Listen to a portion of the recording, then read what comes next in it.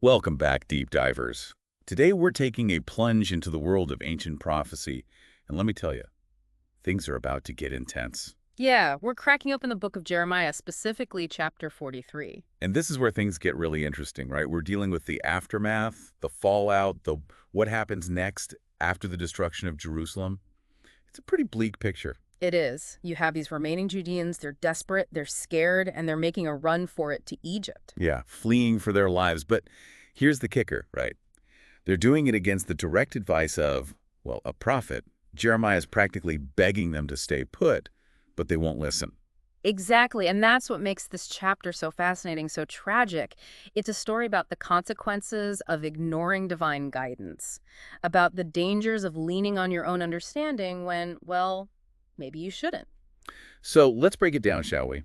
Who are these folks who are hightailing it out of Judah? Well, you've got these leaders, Johanan and Azariah, and they're pretty much calling the shots. They've convinced themselves that Egypt is the answer, the safe haven, the escape route. But Jeremiah's like, nope, wrong way, guys. Big mistake. Yeah, he's laying it all out there, warning them that Egypt will offer no protection, that God's judgment is coming for them wherever they go. But it's like they have their fingers in their ears, right? They're not listening. They're even accusing Baruch, Jeremiah's scribe, of like manipulating him. It's a classic case of shooting the messenger, isn't it? They're so convinced they're right that they refuse to even consider the possibility of being wrong. And it's not just them, right?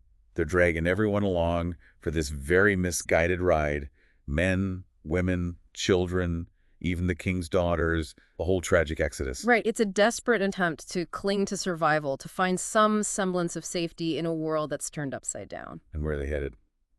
Tapanis. Yeah. Not exactly your typical vacation spot. No, not at all. Tapias was a strategic border city in Egypt, kind of a gateway between nations.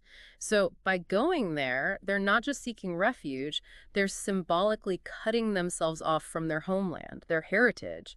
It's like they're trying to outrun their past, hoping to reinvent themselves in a new land. But that's not exactly how things play out, is it? No, not quite. In fact, it's in Tapanis that things take a decidedly dramatic turn. God commands Jeremiah to perform this symbolic act, this kind of visual prophecy. He tells him to bury some stones right at the entrance of Pharaoh's house. Okay, so we've got stones. What's the big deal? Well, those stones aren't just random rocks. They're a sign, a symbol of what's coming. They represent Nebuchadnezzar, the Babylonian king who just finished destroying Jerusalem. The guy who's about to turn his attention to Egypt as per God's prophecy. Talk about foreshadowing. Exactly. It's like God saying, look, you think you've escaped, but you can't outrun my judgment. Nebuchadnezzar is coming, and those stones are his calling card. And not just coming for a visit, right? He's coming to conquer. Right. The prophecy makes it very clear. Nebuchadnezzar will set up his throne right on those very stones that Jeremiah buried.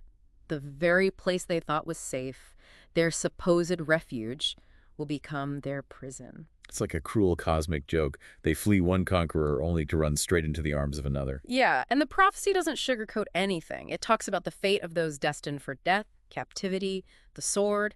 It even describes the destruction of the Egyptian gods and temples. This is a symbolic victory of the God Israel over all other powers. It's saying, no matter where you go, you can't escape my reach, my justice, my sovereignty.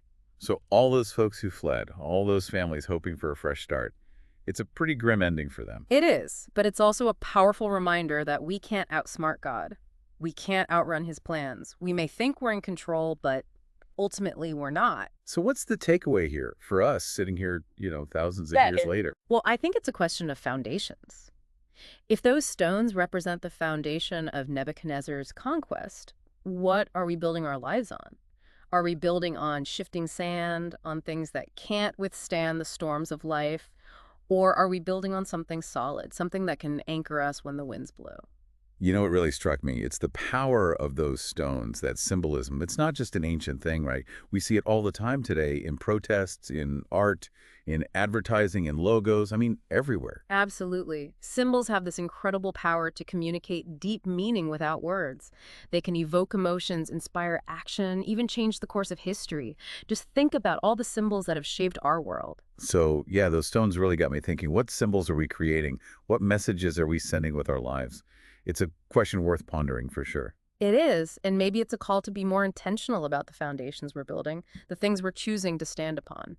Well said. Thanks for joining us for another deep dive. Until next time, keep exploring, keep questioning, and keep building on solid ground.